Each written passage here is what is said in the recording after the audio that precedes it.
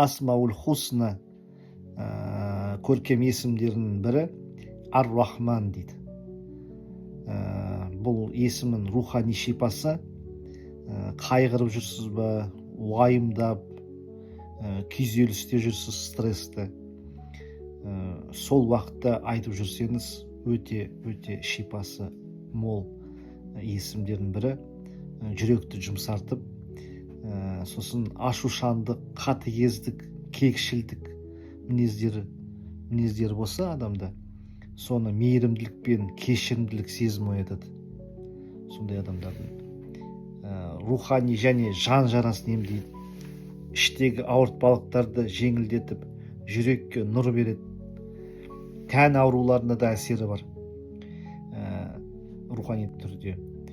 Әсіресе күйзелістен, жүйке ауруларынан болған ауруларға, жүйке аурулары, неврозный ауруларға, жаңа күйзелісте, стрессте жүрген адамдарға өте пайдалы. Оны 100 рет айтамыз, немесе әбжат санында 298 рет айтамыз. 100 немесе 298 рет айтуға болады. Енді оны мен тағы да айтам, ол қатып қалған бір сандар емес, оны Құранда да, сүннетте де ол айтылмаған ондай сандар.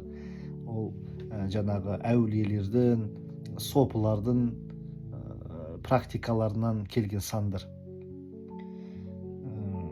Соны қолдансақ та болады, қолданып көрсек. Одан көп айтсақ та болады. Көп айтсан тіпті жақсы болады.